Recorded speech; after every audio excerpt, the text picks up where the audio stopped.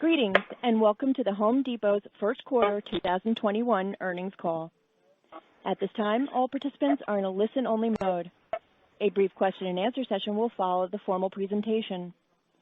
If anyone should require operator assistance during the conference, please press star 0 on your telephone keypad. As a reminder, this conference is being recorded. It is now my pleasure to introduce your host, Isabel Janci. Please go ahead. Thank you, Christine, and good morning, everyone. Welcome to Home Depot's first quarter 2021 earnings call.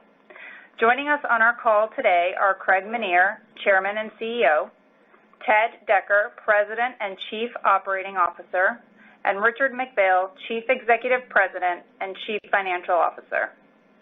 Following our prepared remarks, the call will be open for questions. Questions will be limited to analysts and investors, and as a reminder, please limit yourself to one question with one follow-up.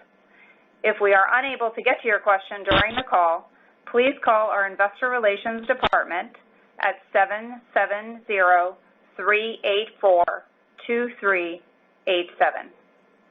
Before I turn the call over to Craig, let me remind you that today's press release and the presentations made by our executives include forward-looking statements as defined in the Private Securities Litigation Reform Act of 1995. These statements are subject to risks and uncertainties that could cause actual results to differ materially from our expectations and projections. These risks and uncertainties include, but are not limited to, the factors identified in the release and in our filings with the Securities and Exchange Commission. Today's presentation will also include certain non-GAAP measures. Reconciliation of these measures is provided on our website. Now, let me turn the call over to Craig. Thank you, Isabel, and good morning, everyone. We appreciate you joining us on our call this morning. Fiscal 2021 is off to a strong start as we grew the business by over $9 billion compared to the first quarter of last year. Sales for the first quarter were $37.5 billion, up 32.7% from last year. Comp sales were up 31% from last year, and our U.S. stores had a positive comp of 29.9%. Diluted earnings per share were $3.86 in the first quarter, up from $2.08 in the first quarter last year. Our results this quarter were once again driven by broad-based strength across the business and geographies. All of our top 40 markets posted double-digit comps, while Canada posted comps above the company average, and Mexico posted double-digit comps. Both ticket and transactions were up double digits in the quarter, and as Ted will detail, we saw strong double-digit growth from both our Pro and DIY customers. We continue to effectively manage the outsized demand for home improvement products seen throughout most of last year, despite disruptions in global supply chains that were further exacerbated by port congestion during the quarter. We leveraged the scale of our supply chain and partnered with our vendors to maintain our in-stock positions and prioritized key SKUs in high-demand categories. While we continue to see strong level of engagement across our digital platforms, we saw more of our customers return to our stores. Sales leveraging our digital platforms increased approximately 27% versus the first quarter last year, and approximately 55% of online orders were fulfilled through a store. We continue to roll out new capabilities, such as mixed cart selling from store, that remove friction for both our customers and associates. The mixed cart feature enables associates to more efficiently and effectively serve the total project needs for a customer, as products from both the website and store can be added to a single transaction. We also continue to drive interconnected enhancements in other areas of the business to solve customer pain points. In tool rental, for example, we will soon expand our Rent Online pilot chain-wide, enabling Rent Online pickup in-store capabilities for all 1,300 plus tool rental locations in the U.S. and Canada. This will enhance the experience for our busy Pro and DIY customers and complement additional investments we're making to expand our rental footprint and increase our assortment and delivery capabilities. We are focused on continuing to leverage the momentum of our strategic investments to further enhance the interconnected shopping experience. Our efforts will continue to support what we believe is our winning formula: deliver the best shopping experience in home improvement, extend our position as a low-cost provider with a relentless focus on productivity, and be the most efficient investor of capital in home improvement. We believe this strategy will help us deliver returns by driving growth faster than the market in any environment. The build-out of our One Home Depot supply chain vision is a wonderful example of our strategy in action. Enhanced fulfillment capabilities will not only create a better customer experience, but they will also expand the breadth of our current opportunity set from both a product and customer standpoint.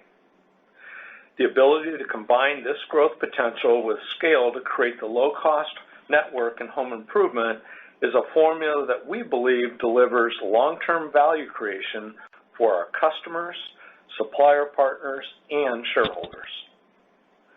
During the quarter, we continued to build out our One Supply Chain vision by opening several new facilities, and we are very excited with the progress we continue to make on this key strategic priority.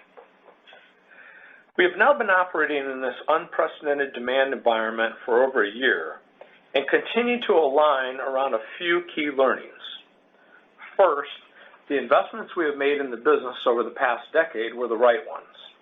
And second, they have enabled agility and flexibility to execute on critical business decisions in a challenging and dynamic operating environment. As a result, we have managed unprecedented levels of web traffic, record levels of product flow through our supply chain, all while improving customer service levels in our stores. These factors, coupled with our world-class associates and strong partnership with suppliers, have enabled us to meet outsized demand week after week. Our cultures remain our North Star, as our decisions are anchored to some of our most important values: do the right thing and take care of our people. Our ability to continue investing for the future while also managing the most fluid environment in our company's history is a direct result of our associates and their extraordinary efforts. I want to close by thanking them for the many ways they continue to live our values by serving our customers, communities, and each other during these challenging times. With that, let me turn the call over to Ted. Thanks, Craig, and good morning, everyone. I want to start by also thanking all of our associates and supplier partners for their commitment to serving our customers and communities. We continued to experience unprecedented levels of demand during the first quarter, with comps accelerating to more than 30% when compared to the first quarter of last year. This elevated demand and transportation headwinds are pressuring parts of the supply chain, but our teams continue to work together with our supplier partners to manage through these pressures. Moving to our comp performance during the first quarter, 13 of our 14 merchandising departments posted comps at or above 20%, led by our lumber and kitchen and bath departments. Our comp average ticket increased 10.3%, and comp transactions increased 19.1%. Similar to what we reported in our previous 3 quarters, the growth in our comp average ticket was driven by elevated project demand, customers trading up to new and innovative products, and continued inflation in many product categories, including lumber. This was another record-setting quarter for lumber prices. Let me give you an example of what that means for one of our core lumber SKUs.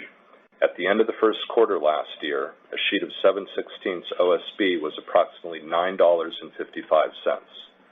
As we exited the first quarter this year, that same sheet of OSB more than quadrupled in price to $39.76.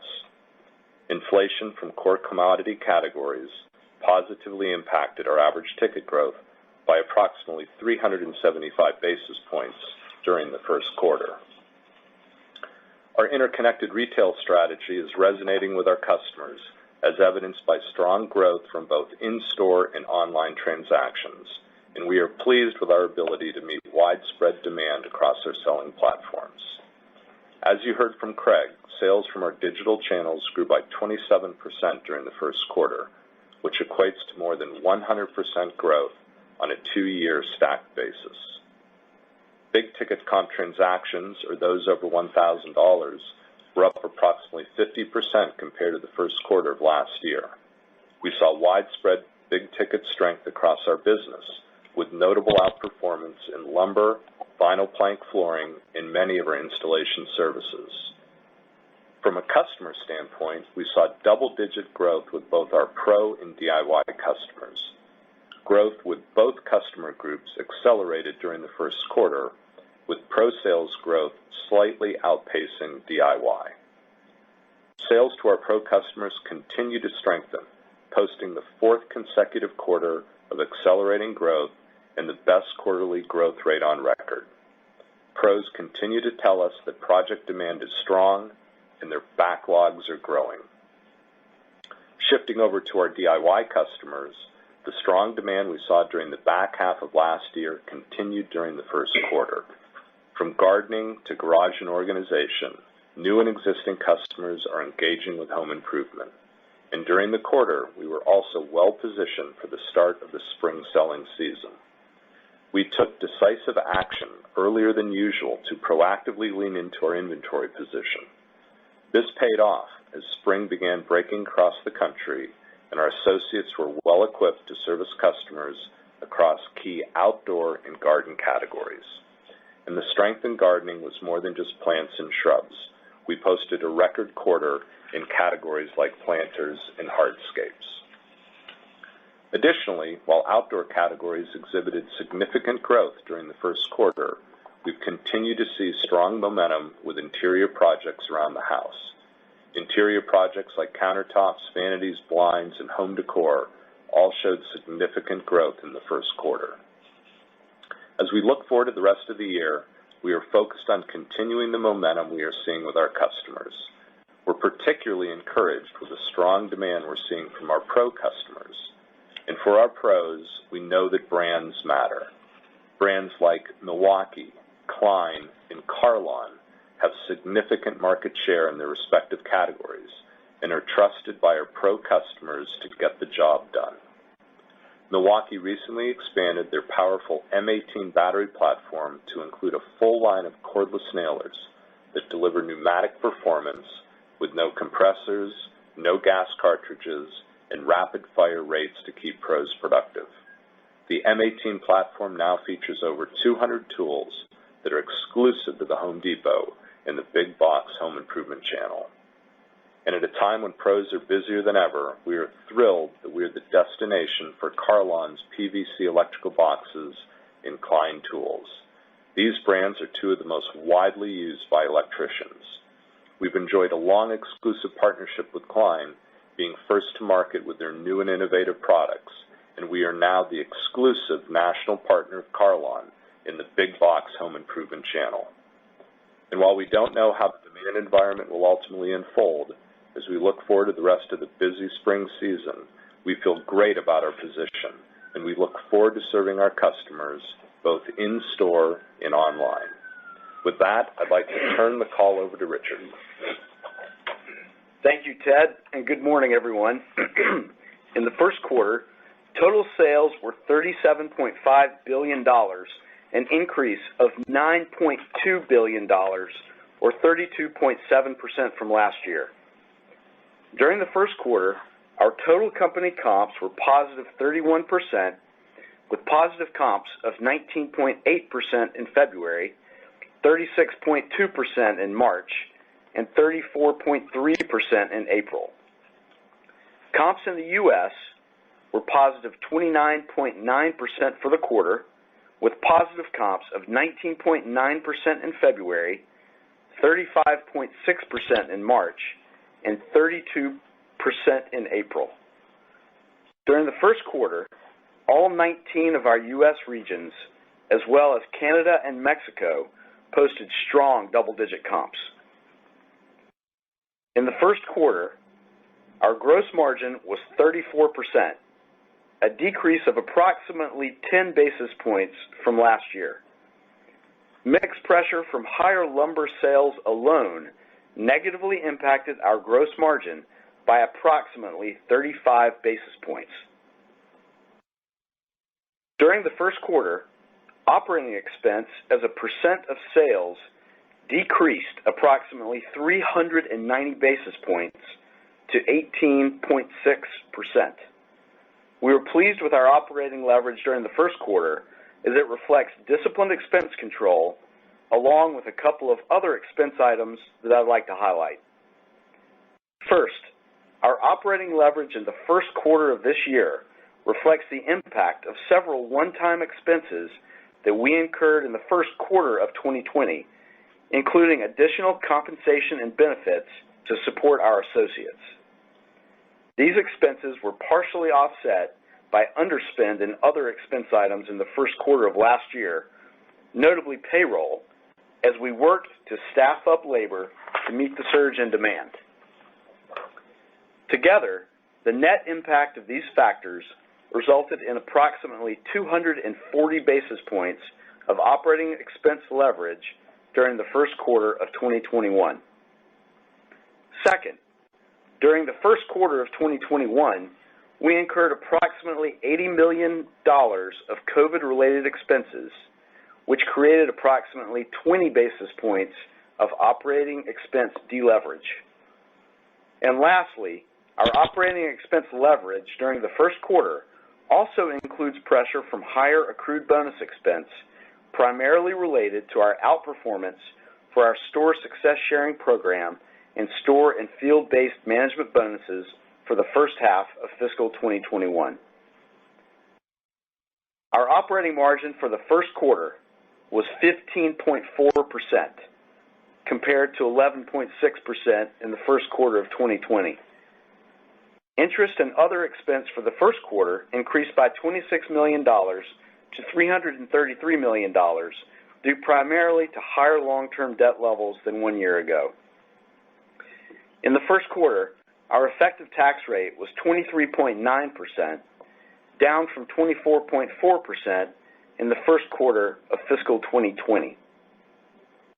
Our diluted earnings per share for the first quarter were $3.86, an increase of 85.6% compared to the first quarter of 2020.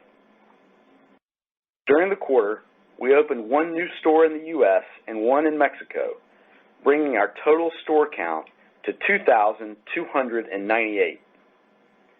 Selling square footage at the end of the quarter was 239 million square feet. At the end of the quarter, inventories were $19.2 billion, up $4.2 billion from last year, and inventory turns were 5.5 times, up from 5 times last year. Turning to capital allocation, our long-term principles for how we think about deploying capital have not changed. First and foremost, we will invest in our business. During the first quarter, we invested approximately $525 million back into our business in the form of capital expenditures. And second, it is our intent to return excess cash to shareholders through a balanced approach of paying a healthy dividend and repurchasing shares. During the first quarter, we paid approximately $1.8 billion in dividends to our shareholders, and we returned approximately $4 billion to shareholders in the form of share repurchases. Our share repurchases during the first quarter partially reflect an elevated cash balance in 2020 when we paused share repurchases to temporarily increase our liquidity levels as we navigated the pandemic. Computed on the average of beginning and ending long-term debt and equity for the trailing 12 months, return on invested capital was approximately 45.1%, up from 40.8% in the first quarter of fiscal 2020. Moving to the broader demand environment for home improvement. The strong demand that we've seen for more than a year now has continued. During the first 2 weeks of May, on a 2-year stacked basis, we've seen comps in the U.S. above 30%. Housing remains strong, homeowners' balance sheets are healthy, and our customers continue to tell us that they are planning on spending on a variety of home improvement projects. With that said, we cannot predict how the external environment will evolve and how it will ultimately impact the consumer. We will continue to execute with flexibility and focus on what has driven our successful performance. Our relentless focus on the customer and our ability to remain flexible and agile has enabled us to serve our customers and to meet demand in this dynamic environment. Longer term, we remain committed to what we believe is the winning formula for our customers, our associates, and our shareholders. We intend to provide the best customer experience in home improvement. We intend to extend our position as the low-cost provider. And we intend to be the most efficient investor of capital in home improvement. If we do these things, we believe we will grow faster than our market and we will deliver exceptional shareholder value. Thank you for your participation in today's call. And Christine, we are now ready for questions. Thank you. We will now be conducting a question and answer session. If you would like to ask a question, please press star 1 on your telephone keypad. A confirmation tone will indicate your line is in the question queue. You may press star 2 if you would like to remove your question from the queue. For participants using speaker equipment, it may be necessary to pick up your handset before pressing the star keys. One moment, please, while we poll for questions. Thank you. Our first question comes from the line of Simeon Gutman with Morgan Stanley. Please proceed with your question. Hi, everyone. My first question is there anything that changes your view on housing more or less constructive compared to the underlying assumptions that you built your 21 plan against? No, Simeon, I'd say, the housing environment continues to remain very strong. It's only strengthened, I think, from last year. And, the current shortage of new housing clearly is helping to drive improvements in the home values, which is a good thing for spending in the home.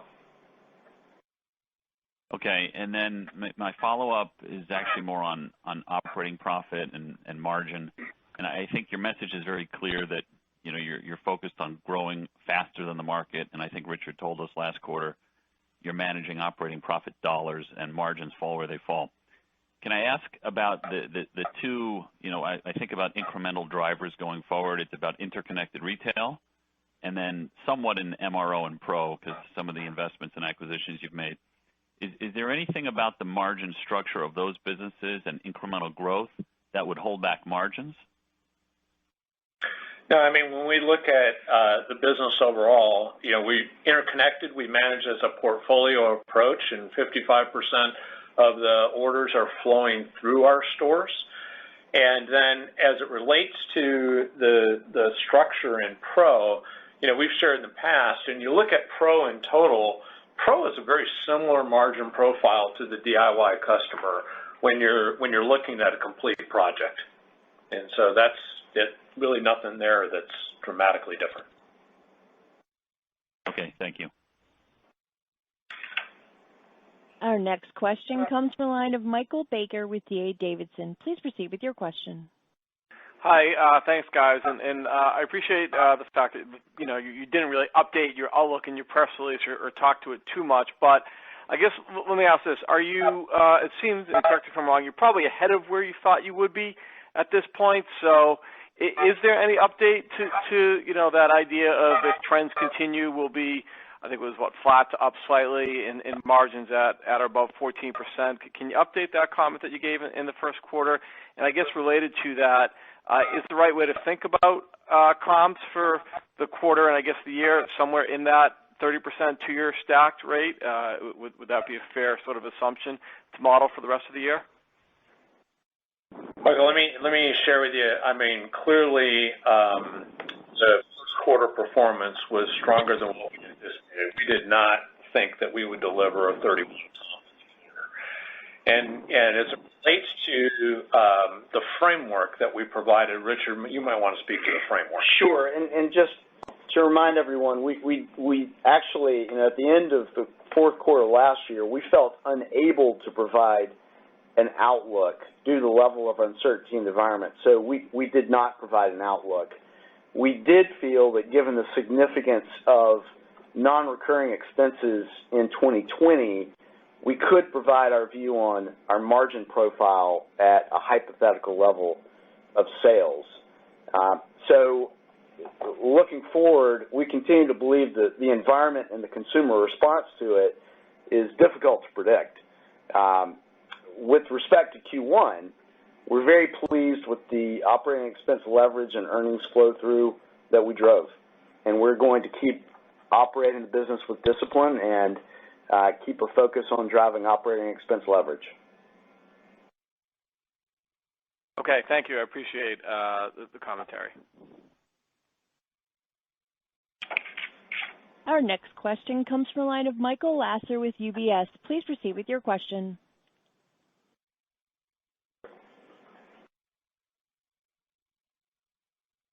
If we look at your months of May and April, your two-year stacks were running around or even better than 40%, and now you mentioned May so far is up above 30%. So do you think that we're starting to see the stimulus impact to your comps dissipate and such that, and I know this was asked a couple different ways, but 30% run rate in a two-year stack is a good way to move forward? Or is it better for us to expect that 30% two-year stack run rate on an arithmetic basis should slow from here? Well, Michael, we can't extrapolate results to future periods. It's just too difficult to predict how the environment might evolve and how the consumer's response to that might evolve. When you look at the progression from March and April, and you think about stimulus impact, it's very difficult to quantify the impact from stimulus. What we do know is that of the $402 billion that the government announced would be paid directly to individuals as part of the American Rescue Plan, of that $402 billion, $325 billion of it hit bank accounts in March. And so while we can't quantify the exact impact, it probably did have some sort of impact on that March to April progression. And Michael, I'd say, while we really can't extrapolate to future periods, the one thing that we're very encouraged about is when you look at the overall kind of backdrop for home improvement on a longer-term basis, we feel very good about that. Anything you want to point to specifically, Craig, from a longer-term basis that you? Well, again, Mike, when you think about we're at post-World War II housing availability, so 2 months of supply versus historical average of 6. That situation won't be resolved in near term. It's going to take time for that to be resolved. So I think that supports home values and the continued growth in home values, which we know, as home values grow, people feel good about investing in their home overall. So that alone is I think a very positive outlook for home improvement as you move forward. Okay. My follow-up question is, how do you think your market share unfolded in the first quarter from an online perspective, recognizing that you had a very difficult comparison? Do you think you kept pace with the overall market? And is this the right run rate for the online growth to think about moving forward? I mean, we look at this as a total and run this as a portfolio because it's so interconnected. And if you look at the data, it appears that we picked up about 170 points in share overall based on the March data that was put out by the government. And just to kind of talk about e-commerce, e-commerce is a capability. It is not a business. And so I think it's very important to always look at the top level demand in the environment and what we've delivered. So we don't break the business down like that. We intend to be there for the customer however they'd like to shop. There's been a lot of dynamism in that as we work through the last 12 months. But we're satisfied that we've been there for them, and it's, as Craig said, it's because of the investments we made in interconnected retail over the last few years. And Michael, as you think of last year in the first quarter, the interest in buy online, pick up in store, and we stood up curbside. Again, our customers chose to shop that way in a contactless or as least contact as possible in the early days of the pandemic. So that's returning to some more natural run rates.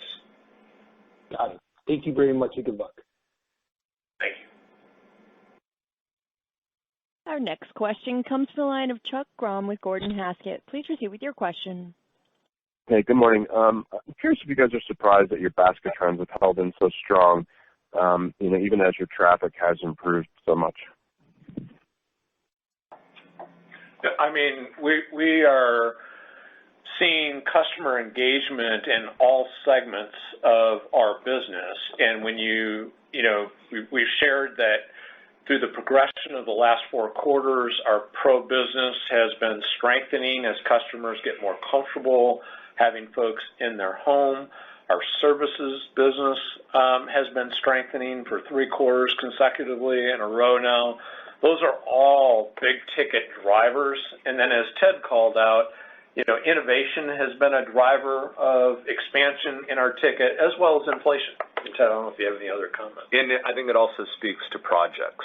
Again, people are engaged in projects, and they're engaged in projects across the whole store. So with projects, comes basket and ticket, and we're certainly enjoying that. Got it. And then just a quick follow-up for me would be, you spoke about the big increase in lumber prices. Curious what you're seeing on the demand side, unit volume, if it's starting to compress a little bit as those prices rise.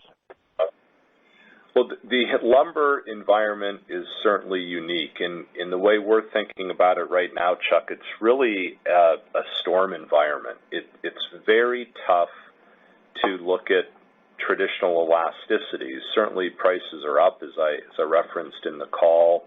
A sheet of OSB is quadrupled in price, and it's up even more since the end of our fiscal quarter. But at the same time, demand has kept pace. And when we bring the product into the store, it sells. And the mills are at capacity. We have plenty of wood fiber in the supply chain. The relative bottleneck is in the sawmill cutting capacity.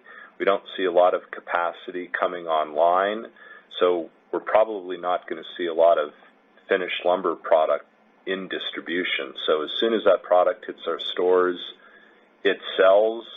Certainly, price is up, and you would think there'd be a supply and demand, traditional elasticity equation there, but it's hard to determine the impact given the storm nature of the demand. Thanks a lot. Our next question comes from the line of Scot Ciccarelli with RBC. Please proceed with your question. Good morning. So we know that you're working on your Home Depot supply chain for a couple now. Obviously, the overall industry is extremely strong. But I'm curious, are there any examples you can share regarding how these new capabilities may be enabling you to either increase penetration rates in existing markets or penetrate new markets where maybe you couldn't compete as well in the past? Well, I'd say a couple things, and I'll turn it over to Mark. So first of all, the ability to meet the kind of demand we've seen on direct fulfillment, I think has been a direct result of the investments that we've made in the business. And the customer satisfaction and efficiency that we're seeing through our new flatbed distribution centers indicates to us that we're making real progress with the customer there. And Mark, I don't know if you want to add to that. Sure, Craig. Yeah, we had a great first quarter in our supply chain development, and we're on track based on that to continue to increase our fulfillment square footage over 70% this year. Specific to the results we're getting, in terms of the flatbed delivery centers, maybe I'll highlight that. That was really designed to provide store relief, increase our customer satisfaction and service to customers, expand our available assortment and delivery capabilities. And we now have 4 flatbed DCs open now in various stages of ramping. Dallas is the furthest along. It's ahead of our plans in terms of the flatbed sales comp, which are very strong, and not just in dollars, but also in units and in number of deliveries. Our customer satisfaction has improved by 11 percentage points. We've improved our on-time and complete. And notably, our pro penetration is very strong. In fact, the preponderance of sales out of that facility are, in fact, pro. So really helping us to capture the pro there in Dallas. I guess a follow-up would just be, my understanding, at least historically, has been, the new HD supply chain capabilities should enable you to penetrate markets where you really couldn't play before. You just didn't have that capability to be competitive. Are there any examples of where you're making progress on that front? Yeah, I mean, the focus of the capabilities that we're building out is to be able to expand our reach into the pro customer. We've been very strong over the years with the smaller pro and the unplanned purchase with a larger pro. And what we're building is the capabilities to actually extend into that planned purchase. And we're seeing that beginning to play out. So we're very, very pleased with what we're seeing in the early stages. Got it. Thanks, guys. Our next question comes from the line of Karen Short with Barclays. Please proceed with your question.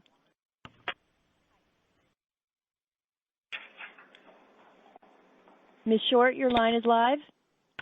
Oh, sorry. Hi. Can you hear me? Yes. Sorry. Just wanted to ask a couple questions on the market in general. I'm wondering if you could frame how big you think the DIY market is versus the pro market during, post-pandemic versus pre-pandemic. And then I had another slightly different angle on a different question. Yeah, I mean, we really don't have data as it relates to what we think the growth in the market is. That's a pretty tough number to come by at this point. Okay. I mean, obviously, we play in a very big market, straight out of the blocks. It's a $600+ billion market, and the MRO space that we play in, which is largely focused on multifamily, is another $55 billion. So, but I have no way of knowing how much that's expanded as a result of the pandemic. Okay. And then, Richard, I just wanted to ask a question on that 14% framework that you had given, and I realized that was just an attempt to give a framework. But when you look at your sales growth this quarter versus your EBIT growth, EBIT grew more than double sales growth, whereas when I look at prior quarters, even if I add back COVID costs, you kind of had a 10% spread. So I'm wondering if that is the right relationship to think about going forward, especially because even in 1Q, as you noted, you had the higher bonus accruals. Well, what I'd say is, the reason that we laid out the 14% was because we knew that we were coming to a year where COVID expenses were rolling off and investment expenses were rolling off, and so it was going to be and is the first year where we said, look, we are returning back to operating expense leverage that you can see in the P&L. We feel like we delivered that in Q1. We're very happy with the operating expense leverage and the flow-through relative to sales. And like we said, we're going to keep operating with discipline, and we're going to drive operating expense leverage, just as we intended. Margin will be a function of sales volume, obviously, but we're pleased with the relationship in Q1. Yeah, Karen, we naturally leverage with volume. Sorry, say that one more time. We naturally leverage with volume. There is natural leverage built into the business with volume. So. Yeah, I understand that. I mean, it's all a function of sales, but it just, it is definitely a much wider gap on the two because it would imply, full year numbers are way too low, depending on how that relationship continues. Well, I think one of the other reasons that we laid out a hypothetical was because it is harder to read through on a 1 or a 2 year comparison in operating expense because of the fact that we were still in the middle of an investment program in 2019 and exiting it at the end of 2020. So again, the best comment I can give is we were very happy with Q1 and how we drove operating expense leverage and flow through. Great, thank you. Our next question comes from the line of Christopher Horvers with J.P. Morgan. Please proceed with your question. Thanks. Good morning, everybody. So my first question is, do you think stimulus helps the DIY side of the business more than the pro? And not sure if you looked at it this way, but on a 2-year basis, did pro accelerate more than the DIY side of the business? I'd say, Chris, on the stimulus situation, it's all consumer demand. Whether it is the pro buying for the consumer because the consumer's doing something or the consumer buying for the pro. So we kind of look at it as total demand.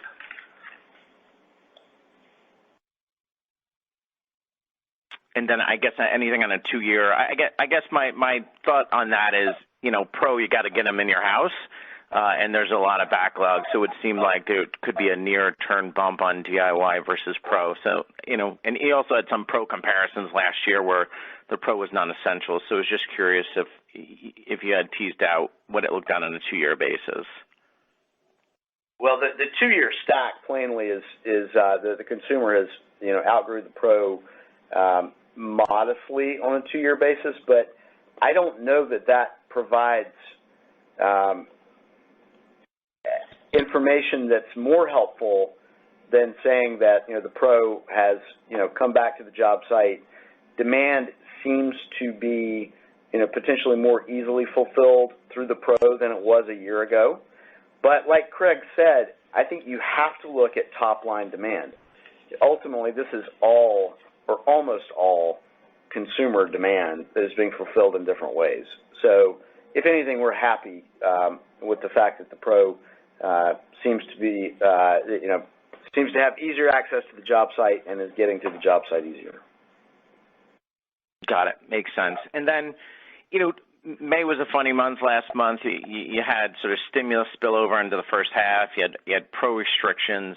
And you talked about on a 2-year basis north of 30, but can you maybe tease out how that month played out relative to the 27% total, and or even talk about 1-year comp trends quarter to date?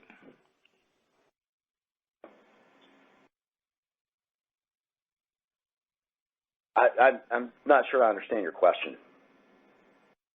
You talked about in May being north of 30 on a 2-year basis. Last year did a 27% in May, but there was a lot of noise. So, boiling it down, can you talk about, on a 1-year basis, what the business looks like so far in May? No, we're 2 weeks in. It's just too early. But as we said, demand remains strong. Got it. Understood. Have a great rest of spring. Thank you. Our next question comes from the line of Zach Fadem with Wells Fargo. Please proceed with your question. Hey, good morning. Richard, could you talk about performance at the gross margin line versus your initial plan, and to what extent was lumber an incremental headwind? And when you think about the other moving parts around promo, underlying comp leverage, maybe mixing in HD supply, is there anything in Q1 that changes your thinking for the full year gross margin framework? Well, so versus last year, again, just to recap, we saw a decrease of approximately 10 basis points in gross margin, 35 of which were from the increased penetration of lumber in our sales, and so the net of that obviously shows margins up. There's no doubt there is cost pressure in the economy and in our environment, but hats off to our merchants and our supply chain for managing through that. And Ted, maybe I'll turn it to you for a little bit of color. No, the merchants and the supply chain team did a fantastic job. Over the years, we've built tools and processes that give us terrific visibility in great partnership with our finance teams. And as Craig's always said, we run the business as a portfolio, and we're a project business, and we're always looking to provide the best value to our customers on a project basis. Having said that, we certainly saw transportation pressure shrink on a relative basis, was slightly improved, but we are still seeing shrink pressure. And then we're seeing, some commodity, as in lumber, in non-commodity cost pressures. But the team has worked through that. Believe it or not, there's still cost out in the portfolio, so we still work on cost out and optimization of supply chain flows. And given the strong demand, our promotional cadence was slightly higher than last year. There was some early spring participation that we had completely canceled last year.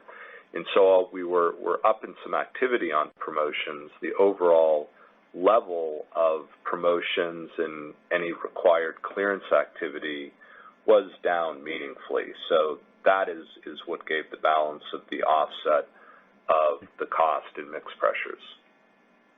Got it. That's helpful color, Ted. Another one for you and also Craig. As you think about all the drivers of home improvement spending today, could you comment on how much of the industry you would quantify as repair and maintenance spending, how much is being driven by housing turnover, and then what would you call discretionary? Yeah, honestly, we have not taken the time to try to break that out in this demand environment, so I really couldn't give you a breakdown on that. We know that repair and remodel is the essence of what our business is all about. And then, of course, we're there to help customers fulfill their dreams in terms of, updating their homes.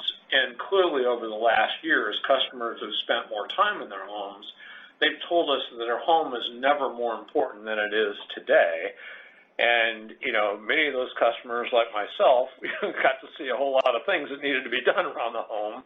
And they've been going after that. When times got difficult in 2007 and 2008, repair became more important than remodel. But we're certainly not in that kind of environment today. So I just don't have any way of knowing that expansion by those breakdowns at this point. Got it. Appreciate the time. Our next question comes to the line of Liz Suzuki with Bank of America. Please proceed with your question. Great, thank you. Can you just talk about new customer growth and whether you're seeing a greater degree of growth in new pros versus new DIYers? Yes, we are very happy with our overall customer portfolio, both DIY, pro, and engaging in our capabilities. While I won't give any specific numbers and breakouts, I can tell you that our customer files of both pro and consumer have grown. The health of those files are very strong, with a repurchase rate of developed customers growing faster than the new customers. So the new customers gained last year. We've been able to keep active in our portfolio at terrific rates. And our pro customers, I'll let Bill Lenny comment on the activity we're seeing in engagement with our pro customers, with our B2B website, delivery capabilities, our new loyalty program. All of those are also adding to stickiness of the pro customer. Great. And just on the services side, I mean, how big is that now as a percent of sales? I know it's probably relatively small, but I mean, are there areas where you think you can expand into services without competing with your pro customers? Yeah, that business is in the 4-5% range of sales. We're very pleased with the growth that we're seeing in that business, and we think we can do that without competing with our customers. Great, thank you. Our next question comes from the line of Steven Forbes with Guggenheim. Please proceed with your question. Good morning. Maybe just start with a quick follow-up on the broader supply chain initiatives. Ted, I think you mentioned 70% increase in distribution footage this year. So maybe if you can update us on how many facilities that correlates to and any color on the cadence or the planned cadence of openings. Mark, do you want to take that? Sure. We're on our way to 35 FDCs, flatbed delivery centers. We have 4 open today. We're opening several more through the end of the year. We've got a very solid pipeline there. Our MDOs, we ended 2020 with 39. We opened 8 in Q1. And we're opening more there, on our way to roughly 100. And then MDCs, we've got 2 of those open. We opened Houston during Q1. We have a healthy pipeline there, opening several more through the year as well. And on our way to 20-ish or so MDCs. Thank you. And then maybe just a quick follow-up for Richard. I don't believe you called out the incremental strategic investment spend impact when you walked through the expense line items. So maybe if you can just remind us on where we are, right, in terms of the trajectory of that strategic investment spend that's captive within the model. Well, at the end of Q4 last year, we announced that our strategic investment program that stretched from 2018 to 2020 was materially complete. And so, going forward, our stance is that we will look to invest approximately 2% of sales every year in the form of CapEx. There will be associated expense with that, but I would just consider that part of our expense structure going forward. Thank you. Best of luck. Thanks. Our next question comes from the line of Dennis McGill with Zelman. Please proceed with your question. Hi, thank you.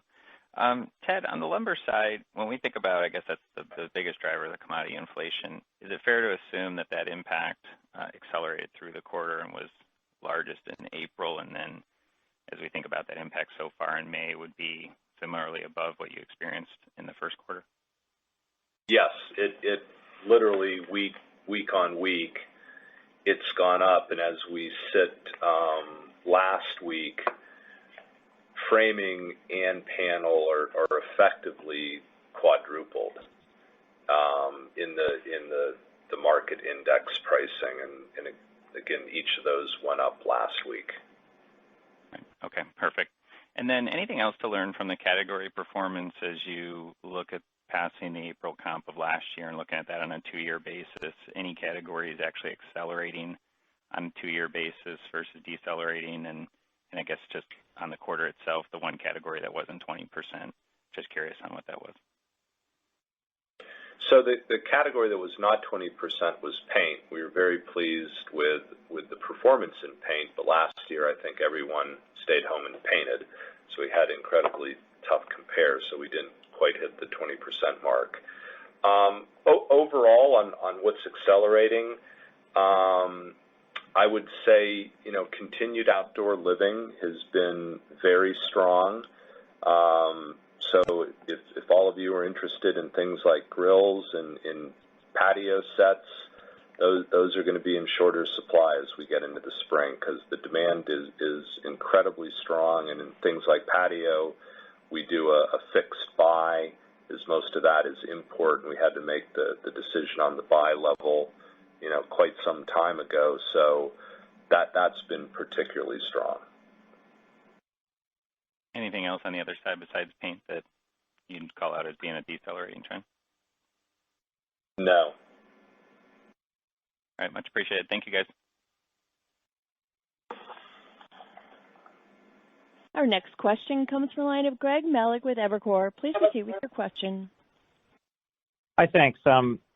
Richard, if we think about that operating leverage and compare it to 2019, you're up 180 basis points. As we think about it going forward, is it fair to say that now we're where we want to be going forward? In other words, in the second quarter, you normally are a few billion more sales, and usually your operating margin's a little higher than the first quarter, if you look over the last 5 years. Is there any reason why we shouldn't assume that sort of flow through now? Well, with respect to sales, we're not going to extrapolate what we've seen into the future. Obviously, there's a degree of uncertainty on how the consumer is going to respond this year. I'll just say it again, Greg. When you compare the first quarter of this year to the first quarter of last year and you adjust for non-recurring expenses, we feel very pleased with the operating expense leverage that we drove and the flow-through that we drove at this level of volume. Got it. And if I could follow up on inflation and mix, if the commodity part of it, that just wasn't just lumber, right? The 375 bips was lumber and maybe copper and other commodities, or was it specifically lumber? And then as part of that, that was just lumber? Lumber and copper primarily, yes. Got it. And so then if we look at that average basket up 10%, is it fair to say that overall inflation or average AUR was 500, 600 bips of that basket increase? No.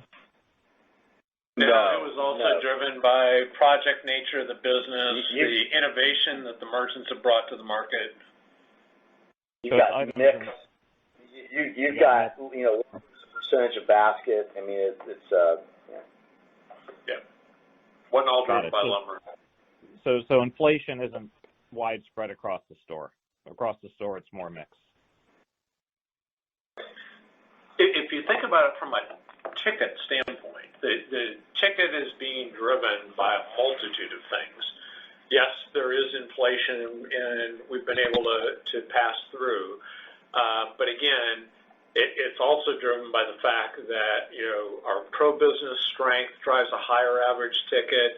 Our services business drives a higher average ticket. And so there's a number of factors that drove the ticket strength overall in the business. Innovation within categories.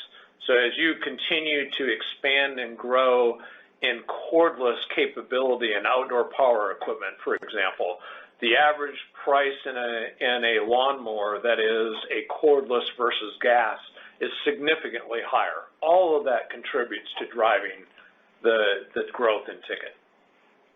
Got it. Thanks a lot. Good luck, guys. Great job. Thanks, Greg. Christine, we have time for one more question.